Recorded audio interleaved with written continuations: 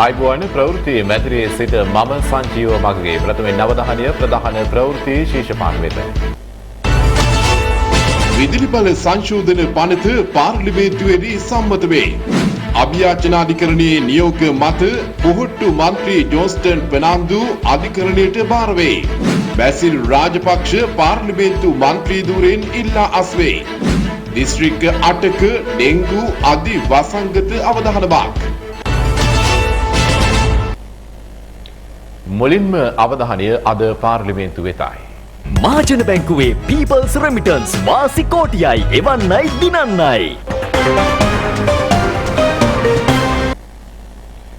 විදුලි බල සංශෝධන පනත් කෙටුම්පත අද පාර්ලිමේන්තුවේදී වැඩි ඡන්දයෙන් සම්මත වුණා. පනතට පක්ෂව ඡන්ද 116ක් සහ විරුද්ධව ඡන්ද 46ක් හිමුණා. මේත් සමගින් දැන් අවධානය අද පාර්ලිමේන්තු වෙතයි.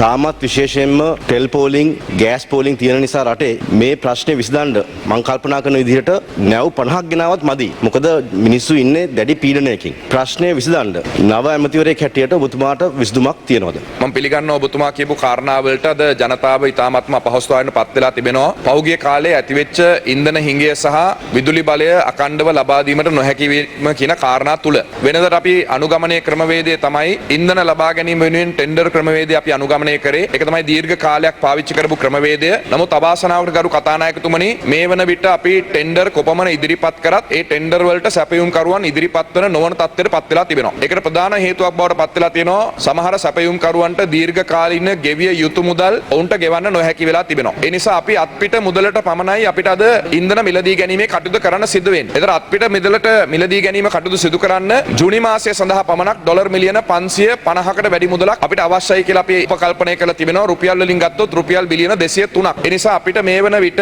එවැනි පහසුකමක් නැහැ. නමුත් අපි මේ මිනිට වැඩපිළිවෙලක් සකස් කරගෙන යනවා. අපිට ගෙවීමට පහසු වෙන ක්‍රමවේදයක්. ඒ අනුව අපි ඉදිරියේදී බලාපොරොත්තු වෙනවා සුදුසුම සැපයුම් කරුවන් එක්ක දීර්ඝ කාලීන ගිවිසුම් ගත වෙලා සැපයුම අඛණ්ඩව ලබා ගැනීමට කටයුතු කරන්න. දැනට තියෙන ක්‍රමවේදය හැටියට අපිට අඛණ්ඩ විදුලිය ලබා දෙන්න නම් ඩොලර් මිලියන 100ක් අවශ්‍යයි මාසෙකට. ඒ දැවි තෙල් සහ ඩීසල් සහ නැප්තා කියන වර්ග තුන විදුලි බල මණ්ඩලයට දෙන්න. නමුත් ඔබතුමන්ලත් සහයෝගය දෙනවා නම් අපිට පුනර්ජනීය බලශක්ති ව්‍යාපෘති මේ රටේ ක්‍රියාත්මක කරන්න අද ඉදිරිපත් කළ තියෙන පනතරත් ඔබතුමන්ලාසලා සහයෝගය දෙනවා නම් මම විශ්වාස කරනවා ඩොලර් මිලියන 100ක් රටෙන් එළියට යන්නේ නැතුව මේ රටේ අපේ උත්පාදන වියදම අඩු කරගෙන මේ රටේ අපිට විදුලි බලය අඛණ්ඩව ලබා දීමේ වැඩපිළිවෙල කඩිනමින් ක්‍රියාත්මක කිරීමට හැකියාව තියෙනවා. ඉලෙක්ට්‍රිසිටි බෝඩ් එක CB එක දැන් ශාල පාඩුවක දුවන්නේ. ඒ පාඩුව මං හිතන්නේ ඔබතුමාලා රජය හිටියත් අපිබ බලයට ආවත් ඒක ලේසියෙන් මේ විසඳුමක් ලබා දෙන්න පුළුවන් කියලා. ඉතින් මේ CB එක ලබන අලාභය රීස්ට්‍රක්චර් කිරීමේ වැඩපිළිවෙලක් තියනවද? ගරු කතානායකතුමනි අනිවාර්යයෙන් මේක කළ යුතු දෙයක්. නමුත් අපි කොච්චර අපි සැලසුම් හැදුවත් වැඩක් වෙන්නේ නැහැ. මේ සැලසුම් වලට මේ පාර්ලිමේන්තුවේ සහයෝගය ලැබෙන්නේ නැත්තම්. මේ පාර්ලිමේන්තුවේ ඔබතුමන්ලා ආණ්ඩුවේ හිටියත් අපි ආණ්ඩුවේ හිටියත් ඔබතුමන්ලා හැමදාම මේ ඉන්න විශේෂ ඇමතුරු සැලසුම් සකස් කරලා තියෙනවා. ඒ හැම සැලසුමක්ම ඉදිරියට ගෙන යන්න නොහැකි වෙන ආකාරයට විවිධ වෘත්තීය සමිති බාධා කරලා තියෙනවා. ඒක අද දවසේත් අපි දකිනවා. විදුලි බිල වැඩි කරන්න වෙයි. නමුත් මගේ මතය නම් විදුලි බිල වැඩි කරනවා වෙනුවට අපි උත්පාදන වියදම අඩු කර ගැනීම සඳහා කටයුතු කළ යුතුයි. උත්පාදන වියදම අද සාමාන්‍යයක් ලෙස රුපියල් 48.50යි. අනිවාර්යයෙන්ම තාප බලාගාර, දැවි තෙල් බලාගාර එක්කෝ එක LNG වෙන්න ඕන සමහර ඒවා වියදම අඩු කර ගැනීම සඳහා. එහෙම නැත්නම් අනිත් ඒවා අපි ඒක ආවරණය කරගන්න ඕන පුනර්ජනීය බලශක්තියෙන්. එහෙම නැති වුණොත් මේක සම්පූර්ණ මුදල දැම්මොත් මම හිතන්නේ මේ රටේ ජනතාව අපේ ගෙවල් ගිනි තිබ්බා ඊළඟට ගිනි තියන්න පටන් ගනි අනිකුත් ආයතන වල ඉන්න නිලධාරීන්ගේ ගෙවල් වලටත් යන්න ඉඩ තියෙනවා. රුසියාවේ ඉන්දියාව ගෙන්න ගන්නවා වගේ සිටියට 35ක අඩු මිලකට ඩිස්කවුන්ට් එකකට ගෙන්න ගන්න ක්‍රියා නොකරන්නේ ඇයි? මම ඔබතුමාගෙන් ඉල්ලීමක් කරනවා 35කට හරි නැත්නම් ඩොලර් 35කට හරි ගන්න පුළුවන් යෝජනාවක් තියෙනවා නම් ඒ සම්බන්ධයක් තියෙනවා නම් ඔබතුමා මැදිහත් වෙලා එක් කරන්න අනිවාර්යයෙන්ම අපි ගිවිසුම් ගත වෙන්නම් ඔබතුමා කියන සමාගමත් එක්ක. කිසි ගැටලුවක් නැහැ. ඔබතුමා සත්භාවයෙන් මේ උදව් කරන්න ඉල්ලන්නේ. එහෙම යෝජනාවක් තියෙනවා නම් අපි කැමති ඒ යෝජනාව බලන්න. නමුත් මම රුසියානු තානාපතිතුමා හම්බුණා. රුසියානු තානාපතිවරයා විතරක් නෙවෙයි ඒ සමාගම් වලට පෞද්ගලිකව ලියලා තියෙනවා. තාම මේ වෙනකත් එහෙම 35ක් අඩුවෙන් දෙනවා කියන එකක් අපිට කොහෙවත් ලැබිලා නැහැ. ඊයේ රනිල් වික්‍රමසිංහ මැතිතුමා කිව්වා මේ ඉන්ධන ගැනීම සඳහා මුදල් හොයාගන්න කටයුතු කරන්නේ. ඒකට නායකත්වය අරගෙන කටයුතු කරන්නේ සාගර රත්නායක මැතිතුමා කියලා කිව්වා. එතුමා කිව්වා ඔබතුමාලා කියනවා නම් මම එතුමාව අයින් කරගන්නම්. හැබැයි වගකීම ඔබතුමා ගන්න කියලා මට කිව්වා රනිල් වික්‍රමසිංහ මහත්මයා. ඒතර මම අහනවා ඔබතුමාගෙන් ඔබතුමා හොඳ පැහැදිලි කිරීමක් කරා. දැන් ඇමතිවරයා විදියට ඔබතුමා කියන දේද ඇත්ත? එහෙම නැත්නම් අගමැතිවරු විදියට රනිල් වික්‍රමසිංහ මහත්තයා කියන එකද ඇත්ත?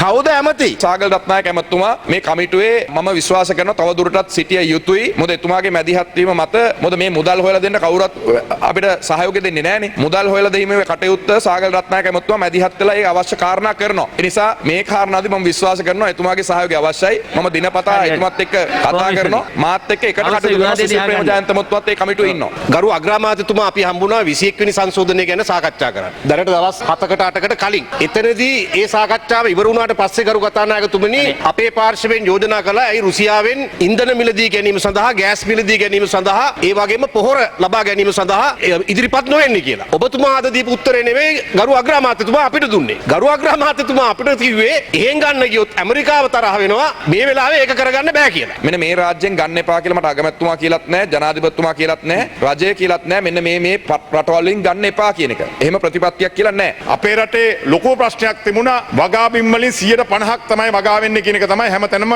ප්‍රකාශ වුණේ. ඇත්තම කතාවත් ඒක තමයි සැලසුම තිබුණේ. නමුත් පසුගිය දිනවල අපි ගත්තු උත්සාහයන් වල ප්‍රතිඵලයක් විදියට මම කෘෂිකර්ම අමාත්‍යවරයා විදියට ආපු වෙලාවේ හැම කෙනෙකුටම කිව්වේ වගා කරගන්න අඩුම ගානේ බීජ වී ටික හදාගන්න. කන්න හාල් ටික වගා කරගන්න අපි කිව්වා. නැත්නම් අපිට ආහාර හුඟයකට මුහුණ දීලා අසීරු තත්ත්වයකට යන බව අපි කිව්වා. ඒකේ ප්‍රතිඵලය විදියට තමයි මේමයි කුමුරු වැඩ පටන් අරගෙන තියෙන නිසා අපි හිතුව තරම් නරක නෑ රටේ තත්. අපිට හොඳ ඉදිරියේදී හොඳ තත්ත්වයක් නිර්මාණය වෙනවා. ඒ නිසා අපිට දැන් තියෙන තත්ත්වය අනුව මේ අවුරුද්දේ අවසාන දවස් කීපයකට විතරයි සහල් මදිකමක් තිබුණොත් මදි වෙන්නේ. මොකද මේ වන විටත් අපි මෙට්‍රික් ටොන් 3,39,000ක් ගිය සතිය වෙනකොට ගෙනල්ලා තියෙනවා. ඒතකොට තව අපිට එන්න තියෙන්නේ ඒ ගෙනාවට වඩා පොඩ්ඩක් වැඩි. ඒ නිසා කලබල වෙන්න වැඩක් නැහැ. අපිට හාල් හිඟයක් ඇති වෙන්නේ නැහැ. අපි ඒ අතරේ වීයලේ මණ්ඩලය සතුව වී තොගයක් තිබුණා. මම ඒ අයට උපදෙස් ලබා දුන්නා ඊයේ ඉඳලා වහාම මේ වී ටික එවලා රුපියල් 200කට අඩුවෙන් මේ සෑම සහල් කිලෝවක්ම ලබා දෙන ආකාරයේ වැඩ පිළිවෙලක් සකස් කරන්න කියලා ඒක කඩිනම් කරන්න කටයුතු කරන. ඒ නිසා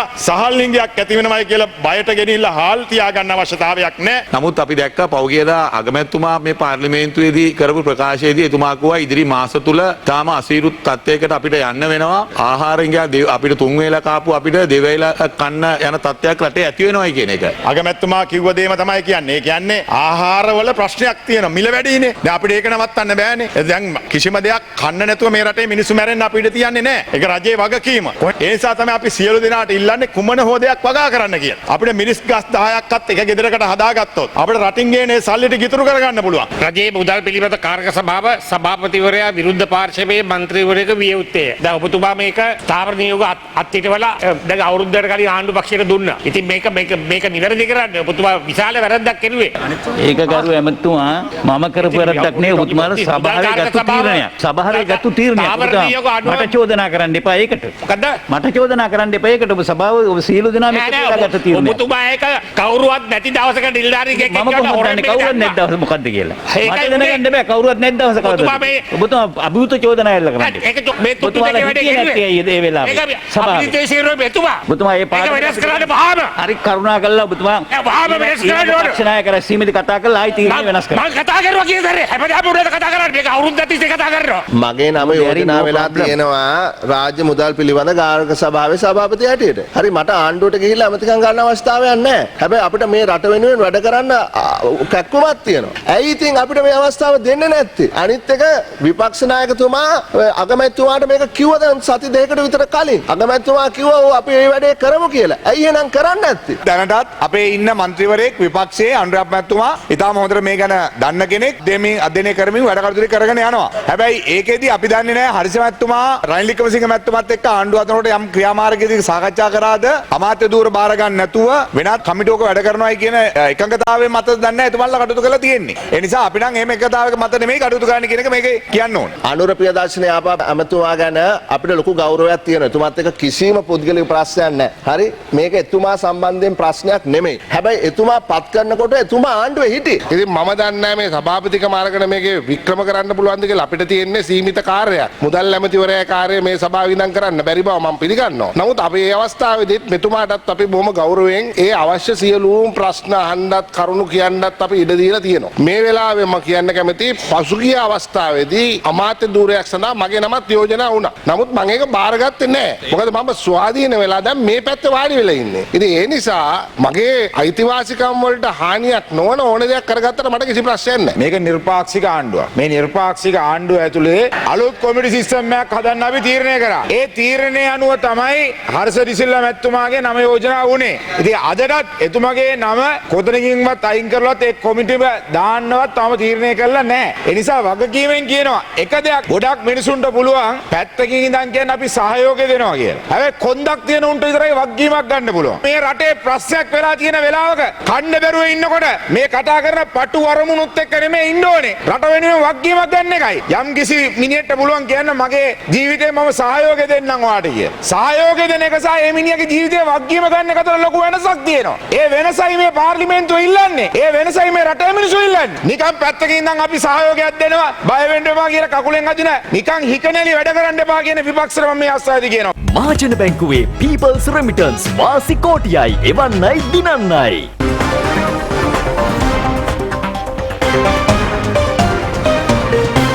ගෙදරදීත් පිටතදීත් එකම එක සමදියාවකට SLT මොබිටෙල්.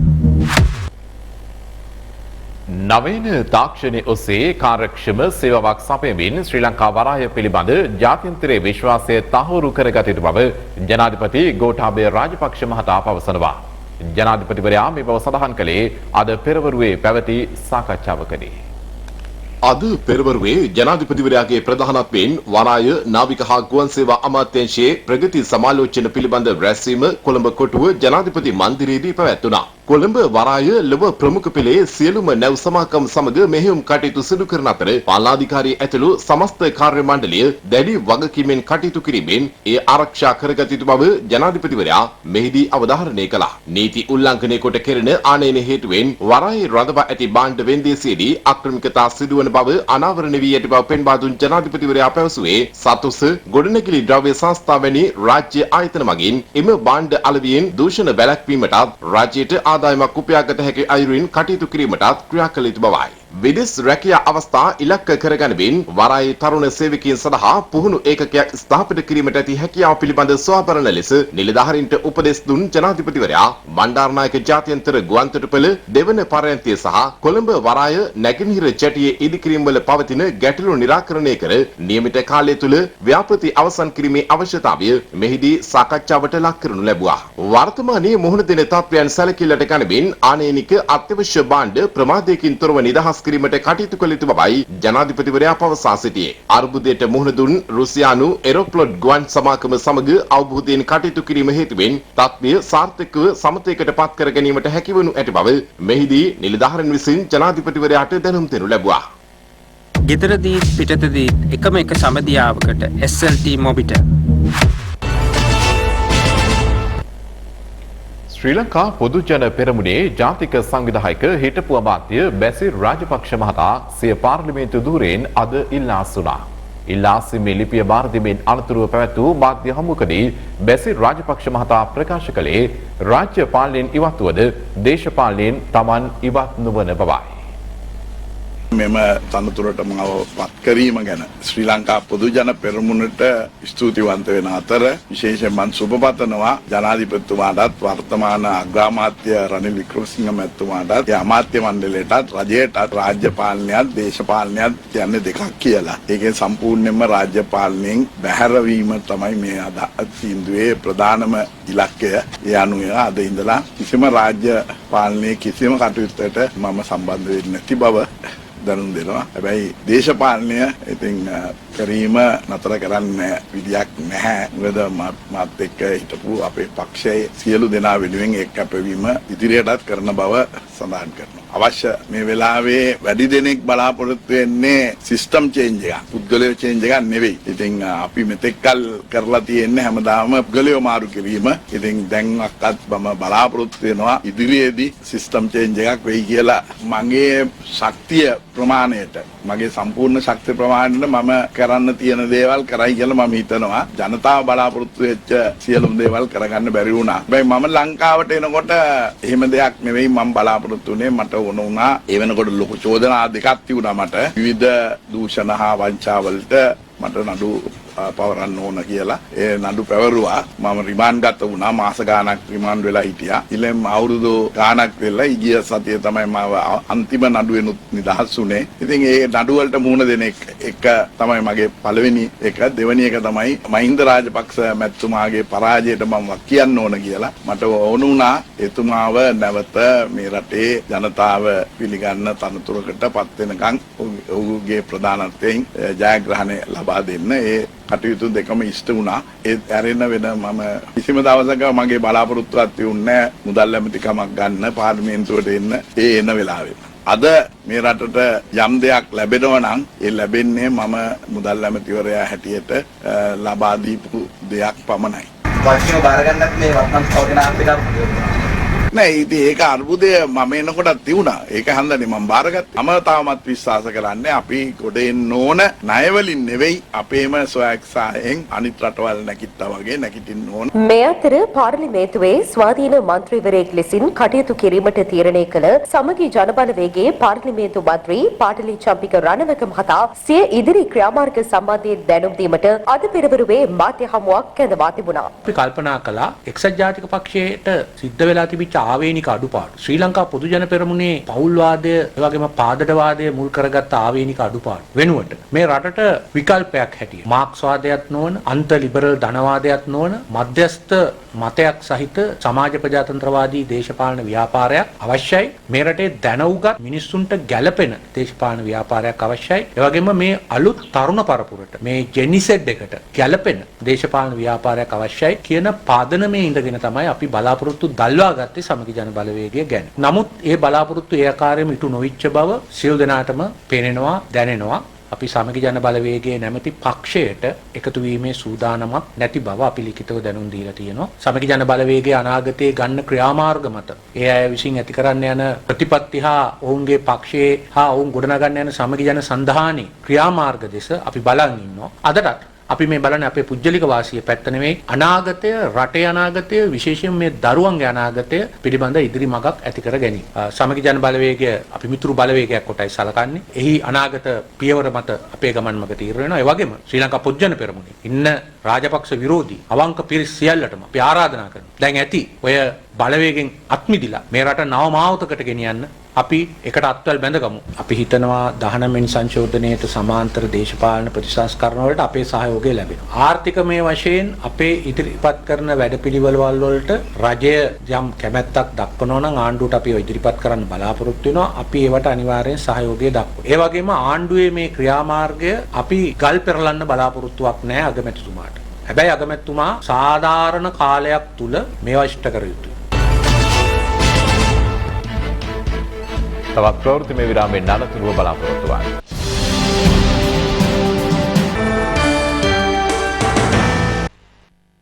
දෙදහස් 22 චන්ද හිමි නාම ලේඛනයට අදාළ හිමිකම් පෑම සහ වෙනස් කිරීම මේ මාස 15 වන දින සිට සති 4ක කාලයක් තුළ සිදු කිරීමට මහ ජනතාවට අවස්ථාව ලබා දී ඇතැයි මැතිවරණ කමිෂන් සභාව පවසනවා. මේ සම්බන්ධයෙන් දැනුවත් කිරීමට අද කැඳවා තිබූ මාධ්‍ය හමුවේදී රටේ පවතින වත්මන් තත්ත්වය සම්බන්ධයෙන්ද මෙලෙස අදහස් පළ කළා.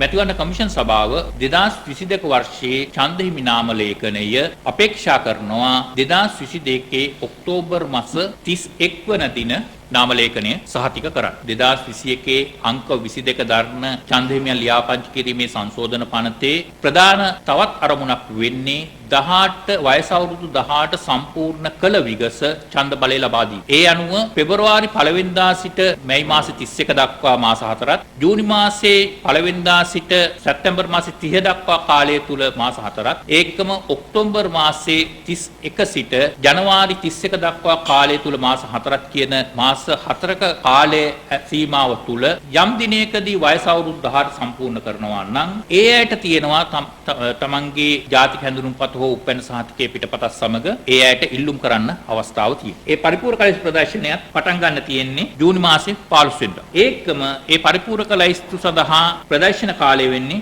ජූනි මාසේ 24 දින 10යි තියෙන ප්‍රදර්ශන කාලය. මේක තමයි මහජනයාට ප්‍රධාන නාම ලේඛනයට ඇතුළත් වෙන්න තියෙන අවසාන අවස්ථාව.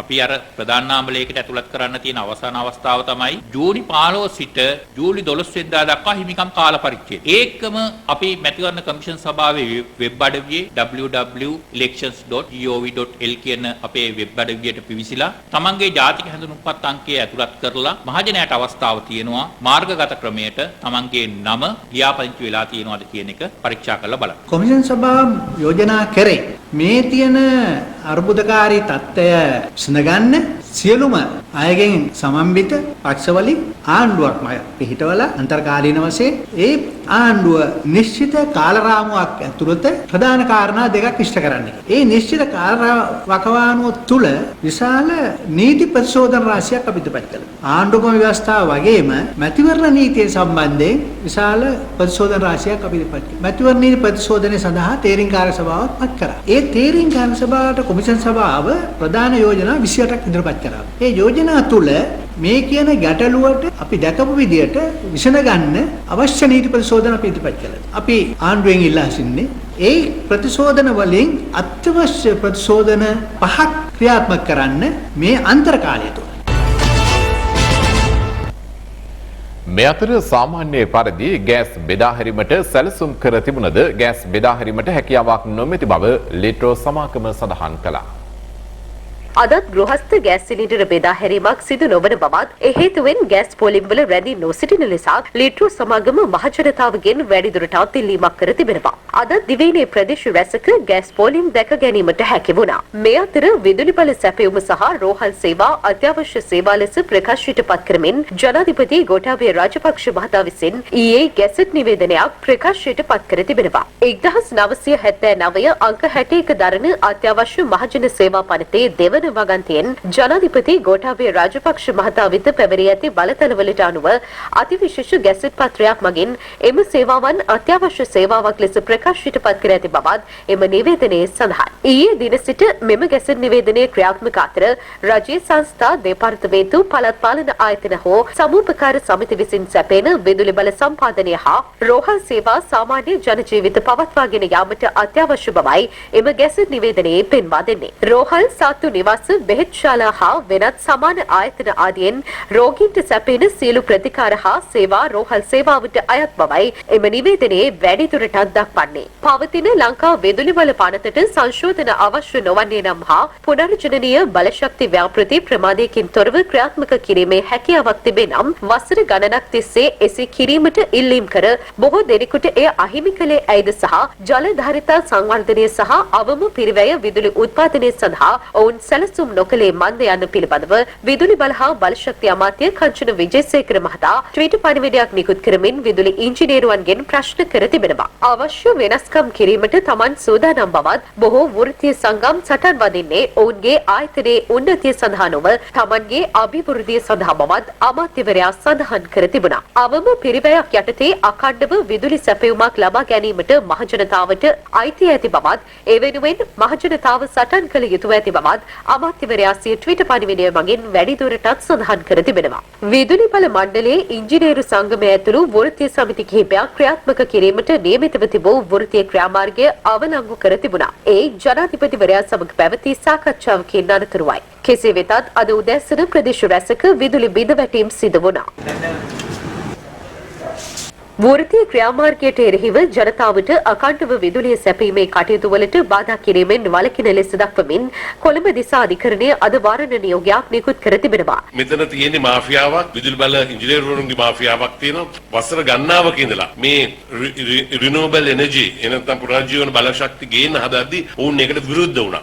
කිසිම රජයකට පහුගිය අවුරුදු ගණනාවක රජයකට මේක ගේන්න දුන්නේ නැහැ. මොකද හේතුව උනේ මේ තුලින් ඍජුව සහ වක්‍ර ලෙස උන්ට යම් ආදායමක් ලැබෙනවා. ඒ ආදායම නැතුව යන එක, ඒ කොමිස් මුදල් නැතුව යන එක තමයි ප්‍රධාන හේතුව හැටියට දකින්නේ. මේ කරන්න හේතුව ඒකයි. නමුත් මේගොල්ලෝ වෙන දේවල් කියලා මේ දේ ගෙනීම වළක්වන්න හදනවා. නමුත් මේකේ ඇත්තම தත්ත්වය තමයි ඔවුන්ට වක්‍ර ලෙස ලැබෙනා වූ ආදායම් සහ කොමිස් මුදල නොලැබීම තමයි මේකට හේතු වෙලා තියෙන්නේ. මේ අතර අද දිවයිනම ආවරණය වන පරිදි පැය 2යි විනාඩි 15ක සාමාන්‍ය විදුලි කප්පාදුව සිදු වුණා. දිවයිනේ ප්‍රදේශ රැසක ඉන්ධන නොමැතිවීම හේතුවෙන් ජනතාව දැඩි පීඩාවට පත්වී ඇති අතර අද දිගු ඉන්ධන පෝලිම් දක්නට ලැබුණා. ඉන්ධන නොලැබීම හේතුවෙන් බොහෝ ඉන්ධන පිරවුම්හල් වසා තබා තිබෙන බවද අප වාර්තාකරුවන් සඳහන් කළා. තවත් ප්‍රවෘත්තිමය විරාමයෙන් අනතුරුව බලාපොරොත්තු වන්න.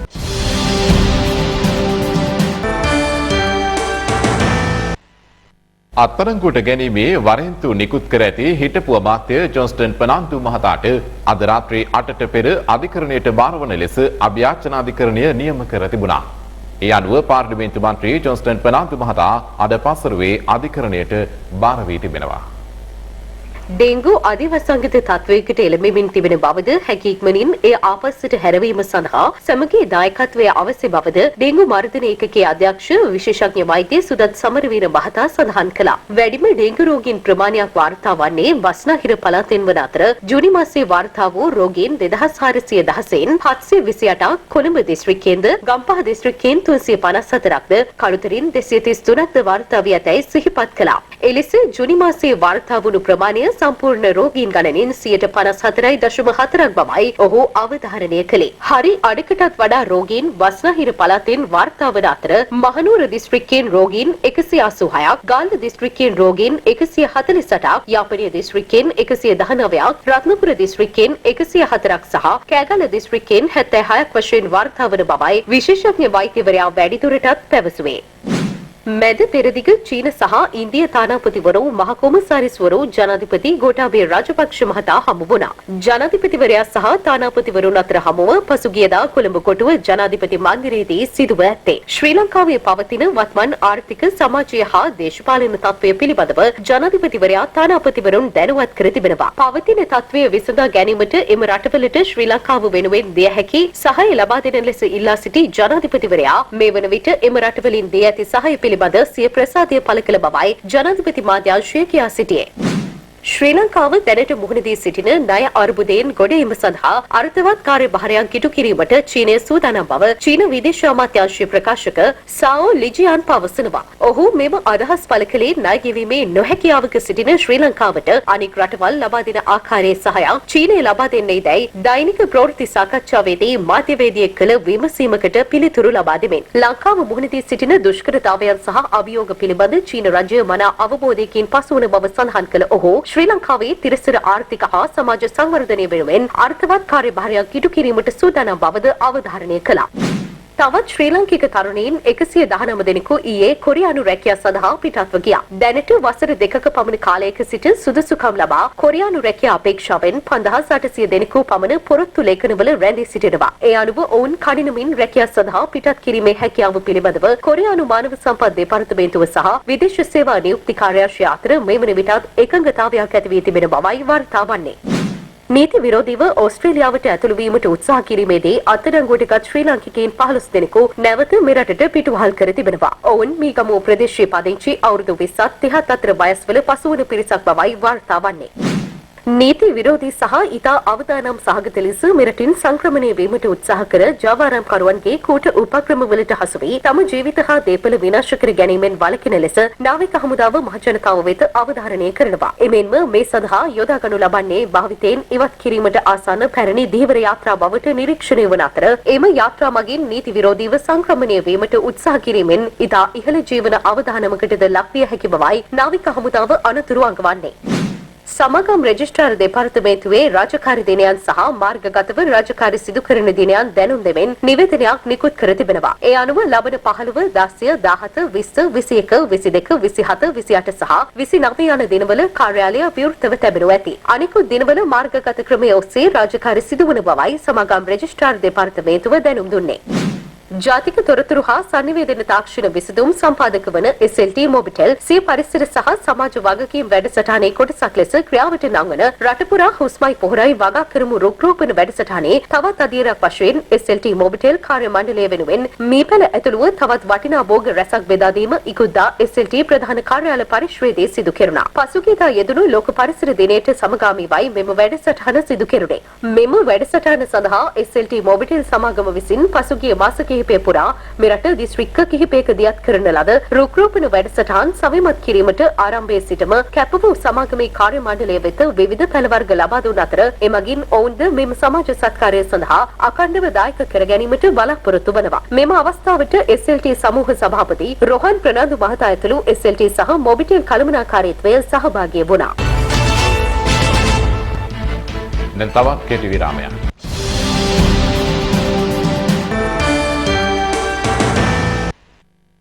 දැන් අවධානය ව්‍යාපාරික පුවක් වෙත.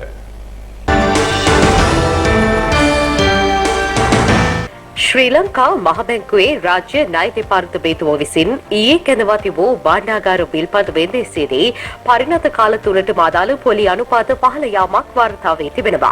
ඒ අනුව දින 91 බිල්පත් පොලිය 22.75 සිට 21.91ක් දක්වාද දින 182 බිල්පත් පොලිය 23.60 සිට 22.89ක් දක්වා සහ දින 364ක බිල්පත් පොලිය 23.75 සිට 23.13ක් දක්වා පහළ ගොස් තිබෙනවා. රුපියල් මිලියන 98,000ක බිල්පත් ප්‍රමාණයක් ඊයේ වෙන්දේසිය සඳහා ඉදිරිපත් කර තිබුණු අතර ඒ සඳහා රුපියල් මිලියන 2,60,565ක තරම් විශාල ලාසු ප්‍රමාණයක් ඉදිරිපත් වී තිබීම විශේෂත්වයක්.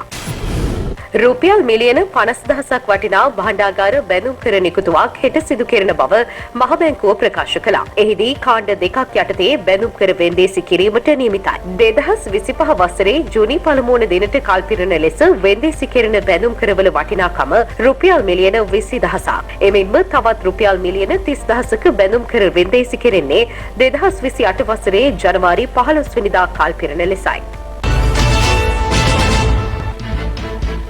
මෙත් සමගින් අපගේ ප්‍රවෘත්ති ප්‍රකාශය අවසන්. කියන්න තියෙන්නේ